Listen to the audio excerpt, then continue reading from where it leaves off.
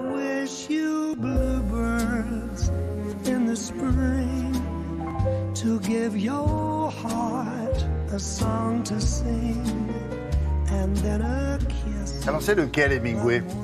C'est celui qu'on appelait papa, c'est celui qui a fait je ne sais combien de guerres, c'est celui qui buvait un peu trop parfois, c'est l'amoureux.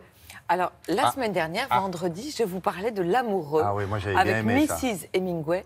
Et je dois d'ailleurs remercier les téléspectateurs et surtout les téléspectatrices parce que le livre est en train de devenir un succès, ce qui me réjouit.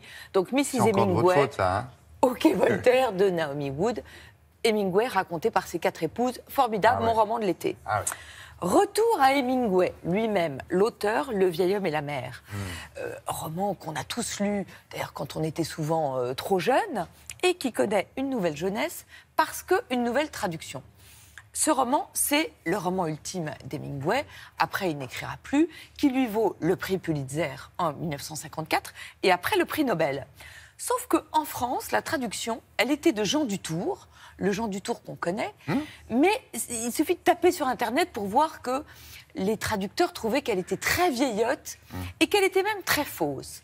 Parce que, oui, il y a une préface très intéressante du nouveau traducteur, qui est un professeur de littérature qui s'appelle Philippe Jaworski, qui explique que Dutour, il avait fait parler le pêcheur, le héros du livre, comme il imaginait qu'un pêcheur parlait, avec une langue un peu pittoresque, avec du gras, comme on dit.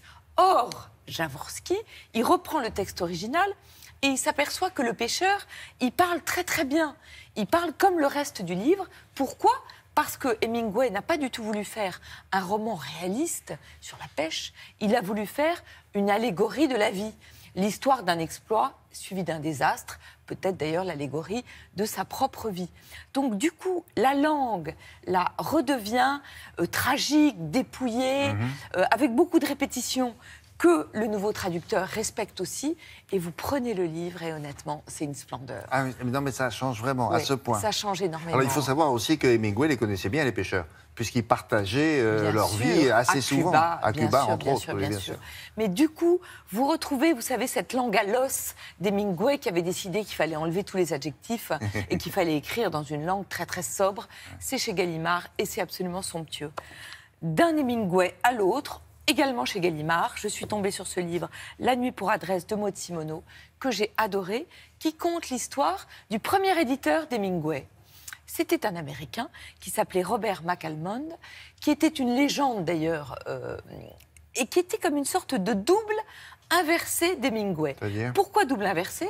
Parce que c'est un Américain, parce qu'il est aussi flamboyant qu'Hemingway, il est très drôle, il est très doué, il est buveur et noceur dans des proportions. Ils se sont rencontrés ces deux-là alors. Ils se sont rencontrés, mais pourquoi inversé? Parce que son œuvre d'écrivain, lui, n'a pas connu le succès. Donc c'est assez beau. C'est vraiment l'histoire d'un perdant magnifique et il n'y a pas de plus beau personnage en littérature que cela. Sauf que tout est vrai. McAlmond, c'est un Américain du Kansas. Il naît en 1895.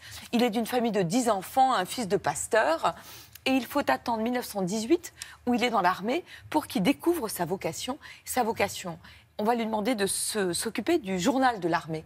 Et là, il va découvrir que ce qu'il aime, c'est être éditeur et auteur. Il arrive à New York, et là, il y a une histoire, mais rocambolesque. Il va épouser une poétesse lesbienne britannique qui le rencontre, qui veut faire un mariage blanc. Pourquoi? Parce que son père est l'homme le plus riche d'Angleterre et qui lui a dit, maintenant, si tu veux que je continue à te donner de l'argent, tu dois te ranger et te marier. Et donc, elle épouse McAlmond, qui lui a un seul rêve, c'est d'aller à Paris. Elle lui dit, si tu m'épouses, tu pourras aller à Paris. Donc, il arrive à Paris, et là, il devient le compagnon de tous ceux qui pensent et qui dansent à Paris, alors notamment de James Joyce. Il y a des soirées avec James Joyce. Dans les années, On est dans les années 20. Il est, vous savez, un des héros de ce que la poétesse Gertrude Stein appelait la génération perdue. La génération perdue, c'est celle qui a été vraiment désillusionnée par l'horreur de la Première Guerre et qui a décidé de noyer ses idées noires et ses désillusions. Dans la musique et l'alcool. Dans la musique, l'alcool et l'insouciance. Les soirées avec Joyce, où parfois il décide de boire tous les alcools français du bar, Donc il faut... Ah oui, mais c'est un Irlandais, hein, donc le gars les mélanges, à Dublin, ça tombe. Hein. Voilà. Et alors après, ce qui est génial, c'est qu'il rencontre Hemingway en Italie. Ils sont en Italie, et à cette époque, Hemingway, il est pauvre. Sa première femme, dont on parle dans Mrs. Hemingway, elle a perdu la valise avec tous les manuscrits d'Hemingway. Donc, il n'a plus grand-chose. Il est en Italie, et à ce moment-là, lui, McAlmond, il est le contraire. Il est riche par son mariage, il est l'ami de tous les écrivains qui comptent, et il est très, très recherché.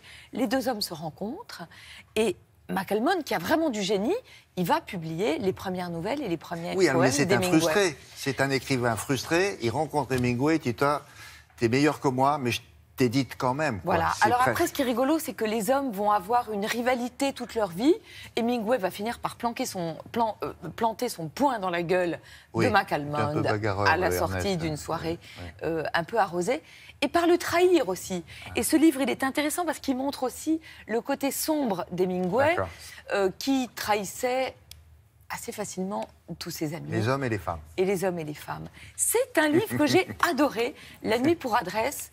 On va le mettre dans la petite valise Hemingway, spécial été. Oui. Le suite dont vous avez parlé on peut faire une petite valise Hemingway. Ah oui, ça c'est gentil, ça. C'est rigolo. Je suis d'accord. Allez, voilà, mesdames, vous savez ce qu'il vous reste à faire. Merci beaucoup.